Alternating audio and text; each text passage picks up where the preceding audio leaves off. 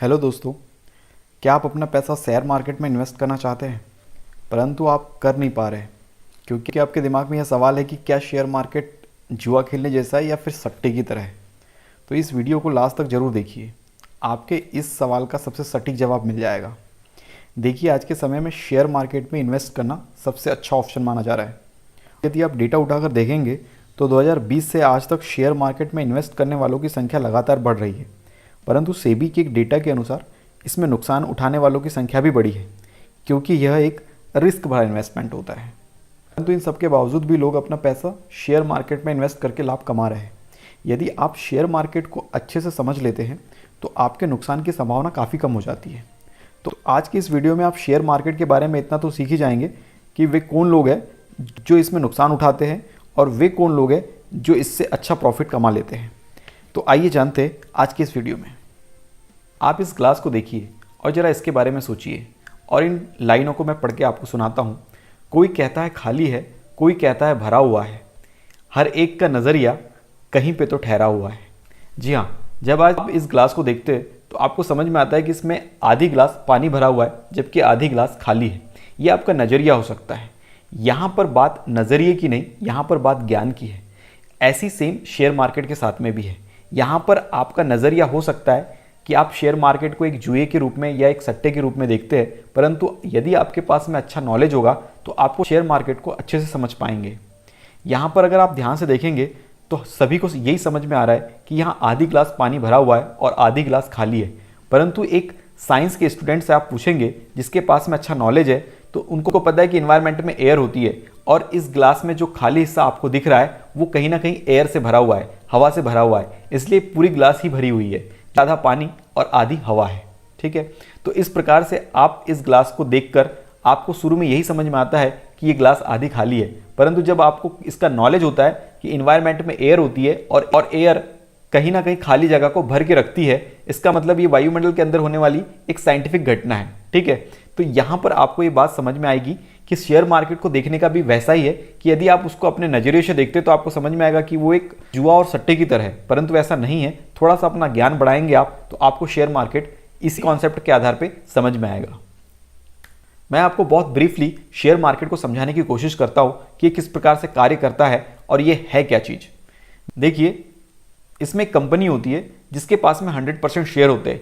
100% share का मतलब एक व्यक्ति की उसमें हिस्सेदारी। ठीक है, यदि मैंने एक सिंगल पर्सन ने कोई कंपनी ओपन किया है तो उसमें हिस्सेदारी जो है उस अकेले व्यक्ति की है, परंतु जब वो कंपनी की ग्रोथ करना चाहता है या कंपनी को बड़ा करना चाहता है तब उसे पैसे की जरूरत होती है।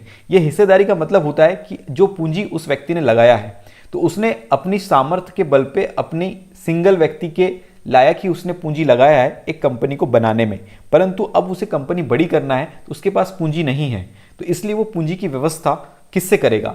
तो इसके लिए एक ऑप्शन उसके पास होता है कि वो बैंक के पास जाके लोन लेकर अपनी कंपनी को आगे बढ़ाए, परंतु कई बार वो लोन लेना उसके लिए महंगा होता है और वो कंपनी अगर लॉस में जाती है तो उसका लोन चुकाने में भी काफ़ी नुकसान हो जाता है और ऐसे में वो दिवालिया भी हो सकता है। इसलिए वो व्यक्ति क्या करता है, कंपनी में जो अपनी उसकी हिस्सेदारी है उसमें से कुछ 50% या 25% जैसा उसे उचित लगता है उसका कुछ परसेंट वो मार्केट में बेच देते हैं। अब यहाँ पर आपको समझना होगा कि कुछ शेयर बेचकर कुछ फंड जमा करना ये कंपनी का काम होता है। मतलब उनके पास यदि 100 शेयर है तो 100 शेयर में से 50 शेयर वो अपने हिस्से में रखेंगे, 50% की हिस्सेदारी उस ऑनर की होगी, परंतु 50% जो है जो लोग उसके शेयर खरीदेंगे उनकी हिस्सेदारी उस कंपनी में हो जाती है। तो शेयर बेचकर कुछ फंड जमा करना ये कंपनी या कंपनी के ऑनर का काम होता है और इस प्रकार की कंपनियां लिस्टेड होती है शेयर मार्केट में। आपने सुना होगा कि कंपनी के आईपीओ आते हैं। आईपीओ वही चीज होती है जब कंपनी पहली बार शेयर मार्केट में लिस्टेड होती है फंड जमा करने के लिए, तब वो अपना आईपीओ निकालती है। ठीक है, आईपीओ वाला एक अलग चैप्टर है, उसको हम अलग से समझेंगे। तो यहां पर आप देखिए, शेयर मार्केट एक ऐसा बाजार है जहां पे कंपनी अपना शेयर बेचती है और खरीदती है। मतलब एक टाइप से यहाँ पे ट्रेडिंग होती है, बेचना और खरीदना। इसे और आगे थोड़ा सा क्लियरली हम लोग समझते हैं। शेयर मार्केट में पैसा कैसे लगाया जाता है। देखिए, शेयर मार्केट में पैसा लगाने के लिए या इन्वेस्ट करने के लिए 2-3 तरीके होते हैं। उन्हीं तरीकों को समझना बहुत जरूरी है। यदि आप इन तरीकों को समझ जाएंगे तो आपके मन में ये जो सवाल है कि शेयर मार्केट सट्टा या जुआ है, इस सवाल का जवाब आपको मिल जाएगा। आप ये समझ लीजिए कि किस प्रकार से शेयर मार्केट में इन्वेस्ट किया जाता है। तो देखिए, शेयर मार्केट में इन्वेस्ट करने के दो तरीके होते हैं। एक तो इन्वेस्टिंग, या जिसको हम लॉन्ग टर्म इन्वेस्टिंग कहते हैं, और दूसरा होता है ट्रेडिंग। ट्रेडिंग जो होता है वो शॉर्ट टर्म के लिए होता है, मतलब आपने शेयर खरीदा और कुछ समय के बाद में शेयर बेच दिया। अब ये भी 3 तरीके से आप कर सकते हैं, शेयर खरीद के शेयर बेचना। और जबकि इन्वेस्टिंग जो होता है उसमें आप शेयर खरीद के रखते हैं और काफी दिनों तक होल्ड करते हैं। अब इन्वेस्टिंग और ट्रेडिंग में क्या अंतर है कि शेयर को काफी दिनों तक आप अपने पास खरीद के रख लेते हैं। वो 1 साल हो सकता है, 2 साल हो सकता है, 5 साल हो सकते हैं, 10 साल हो सकते हैं। आपने पैसे लगाया, शेयर खरीदा, और उन शेयरों को आप तब तक नहीं बेचते जब तक कंपनी एक अच्छे प्रॉफिट में नहीं चले जाती। तो इन्वेस्टिंग करने के लिए आपको कंपनी के फंडामेंटल नॉलेज और कंपनी का टेक्निकल नॉलेज भी निकालना होता है। देखिए, जब आप किसी कंपनी में पैसा लगाना चाहेंगे तो डेफिनेटली आपको पता है कि इतनी मेहनत से आप पैसा कमाते हैं, तो जिस कंपनी के शेयर आप खरीदना चाहेंगे, मतलब उस कंपनी में अपना पैसा लगाना चाहेंगे, तो आप ये देखेंगे कि वो कंपनी कैसी है, कैसे काम करती है, कितना प्रॉफिट उसको पास्ट टाइम में हुआ है, और इन फ्यूचर क्या वो प्रॉफिट में जा सकती है, उसकी मार्केटिंग स्ट्रेटजी क्या है, वो सारी चीजें आप अच्छे से एनालिसिस करेंगे, उसके बाद ही आप इन्वेस्ट करेंगे। तो एक साधारण व्यक्ति की यही सोच होती है। यदि मैं किसी को पैसे देता हूं तो मैं पहले ये सोचता हूं कि क्या वो पैसा मुझे रिटर्न मिल पाएगा या नहीं मिल पाएगा, कहीं वो मेरा पैसा डूब तो नहीं जाएगा। तो ये सब सारे सवाल आप लोग उस कंपनी में इन्वेस्ट करने से पहले जरूर इनके बारे में जानकारी ले लीजिए, जिसको हम लोग फंडामेंटल एनालिसिस बोलते हैं। साथ ही आप उसका टेक्निकल एनालिसिस भी कर सकते हैं। अब ये 2 वर्ड आपको याद रखना है, एक फंडामेंटल एनालिसिस और दूसरा टेक्निकल एनालिसिस, जो कि इन्वेस्टिंग करते समय आपको बहुत मदद करेगा। इसके बाद में यदि हम ट्रेडिंग की बात करें तो ट्रेडिंग जो है वो शॉर्ट टर्म में शेयर खरीदना और शेयर बेचना होता है, ट्रेड करना, बेचना और खरीदना, ठीक है। तो ये जो ट्रेडिंग होती है ये कम समय के लिए होती है। इनमें भी शेयर खरीद सकते हैं, बेच सकते हैं, और ये 1 सप्ताह भी हो सकता है या 1 साल तक भी आप अपने पास शेयर होल्ड करके रख सकते हैं और बेच सकते हैं। ये आप मार्केट का मूड देखते हैं, मार्केट किस प्रकार से काम कर रहा है, किस प्रकार से अप जा रहा है, डाउन जा रहा है, और न्यूज में क्या चीज चल रही है, और ऊपर एक टेक्निकल एनालिसिस करते किसी कंपनी का, उसके बाद में आप वहां के शेयर खरीदते और बेचते हैं। यह ट्रेडिंग के अंतर्गत होता है। अब ट्रेडिंग 3 प्रकार की होती है, जैसे मैंने बताया यहां पर कि यदि आप 1 दिन के लिए ट्रेडिंग करते हैं, मतलब आपने 1 दिन, मतलब जब शेयर मार्केट आपका 9:15 बजे खुलता है और 3:30 बजे बंद होता है, तो उस बीच आप ट्रेड करते हैं, मतलब उस बीच आप शेयर खरीदते हैं और उसी दिन आपको शेयर को बेचना होता है। मतलब 1 दिन में ही आपको शेयर खरीदना है और 1 दिन में उसे बेच देना है, ठीक है। तो उसे हम इंट्राडे ट्रेडिंग कहते हैं कि 1 दिन के अंदर शेयर खरीद के उसे बेचना होता है, ठीक है। तो इस प्रकार के ट्रेडिंग में भी काफी प्रॉफिट लोगों को होता है, परंतु ये ट्रेडिंग काफी रिस्क भरी होती है, इसलिए लोग यहां पर इन्वेस्टिंग करना पसंद करते, ट्रेडिंग बहुत कम लोग करते हैं। जो के पास में अच्छा नॉलेज होता है, जो लोग शेयर मार्केट के बारे में अच्छा सीख लेते हैं, वही लोग ट्रेडिंग करते हैं और ट्रेडिंग में लॉस होने के चांसेस ज्यादा रहते हैं। तो उसके बाद ट्रेडिंग का एक और तरीका होता है जिसे फ्यूचर एंड ऑप्शन ट्रेडिंग कहते हैं। ये भी आजकल बहुत ज्यादा ट्रेंड में है। जो लोग शेयर मार्केट में इन्वेस्टिंग करना चाहते हैं वो शुरू ही फ्यूचर एंड ऑप्शन ट्रेडिंग से करते हैं, परंतु रिस्क बहुत ज्यादा होता है और इसमें अक्सर लोगों को लॉस ही हो जाता है। सेबी का एक डेटा कहता है कि 10 में से 9 लोगों को इसमें लॉस होता है, केवल 1% लोग ही इसमें प्रॉफिट कमा पाते हैं। तो इसके बारे में अगर डिटेल आप जानना चाहते हैं तो कमेंट कीजिए, इसके बारे में ऑप्शन ट्रेडिंग के ऊपर हम लोग एक वीडियो जरूर लाएंगे। इसके साथ ही स्विंग ट्रेडिंग होती है। स्विंग ट्रेडिंग में जैसा कि मैंने बताया आपको, इंट्राडे में 1 दिन के लिए ट्रेड होता है। फ्यूचर एंड ऑप्शन में ये जो ट्रेड होता है ये 1 दिन से 2 दिन 3 दिन तक भी हो सकता है, परंतु इसमें लॉस के चांसेस बहुत ज्यादा रहते हैं। इसे मैं अलग से आपको फ्यूचर एंड ऑप्शन ट्रेडिंग को समझाऊंगा।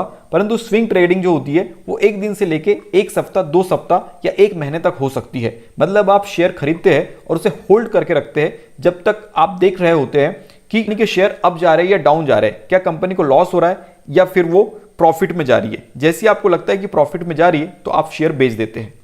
कुछ समय के लिए 1 दिन से लेके 1 सप्ताह, 2 सप्ताह या 1 महीने तक आप समय लेते हैं, या कई बार 1 साल तक भी आप समय लेते हैं और उसके बाद में उन शेयरों को आप बेच देते हैं, तो ये स्विंग ट्रेडिंग के अंतर्गत आता है। ये सब ट्रेडिंग करने की सुविधा के हिसाब से इनको कैटेगराइज किया गया है, परंतु जो ट्रेडिंग है वो कहीं ना कहीं जोखिम भरा होता है, जिसमें नुकसान होने के चांसेस ज्यादा रहते हैं। लॉ के लिए आपको बेहतर नॉलेज की जरूरत होती है, आपको डीप जाके सीखना होता है, अच्छा टेक्निकल एनालिसिस सीखना होता है, चार्ट को समझना होता है, तब जाके आप इस प्रकार की ट्रेडिंग कर सकते हैं। शेयर मार्केट के बारे में आपको प्रारंभिक नॉलेज तो मैंने दे दिया हूं, परंतु आपको मैं एक उदाहरण से समझाना चाहता हूं। आपने एक सिक्के को उछाला होगा तो उसके हेड या टेल आने की संभावना कितनी होती है, आपने कभी सोचा है? यदि आपने सोचा होगा तो एक सिक्का उछालने के बाद या तो वो हेड होगा या तो उसका टेल होगा, ठीक है। तो जब वो जमीन पे गिरता है तो उसका एक साइड ही आपको देखने को मिलता है। मतलब एक सिक्का उछालने के बाद यदि वो सिक्का नीचे गिरेगा तो उसकी संभावना हेड और टेल आने की 50% होती है। ये यहां पर मार्केट जो है वो 50-50 नहीं है। यहां पर ये जुआ या सट्टा नहीं है कि आपने पैसे लगाए या तो लॉस होगा या तो प्रॉफिट होगा, नहीं। यदि आप अच्छा एनालिसिस करते, आपके पास में अच्छा नॉलेज है, मार्केट को आप अच्छे से समझ लेते, तो आप लॉस से बच सकते हैं, ठीक है। यहां पर ये सिक्का उछालने वाली स्थिति नहीं है, जबकि कई लोग मार्केट को सिक्का उछालने वाली स्थिति ही समझते हैं। ऐसा नहीं है, ठीक है। आप अपने नॉलेज के आधार पे अपना प्रॉफिट और अपना लॉस अच्छे से डिसाइड कर सकते हैं। आपने कोट जरूर पढ़ा होगा, जिस दिन आपकी मेहनत का सिक्का उछलेगा उस दिन हेड भी आपका होगा और टेल भी आपका होगा, डेफिनेटली। परंतु मेहनत के साथ एक वर्ड और यूज करना चाहूंगा मैं, जिस दिन आपके ज्ञान का सिक्का उछलेगा उस दिन हेड भी आपका होगा और टेल भी। जी हां, यही बात लागू होती है शेयर मार्केट के केस में।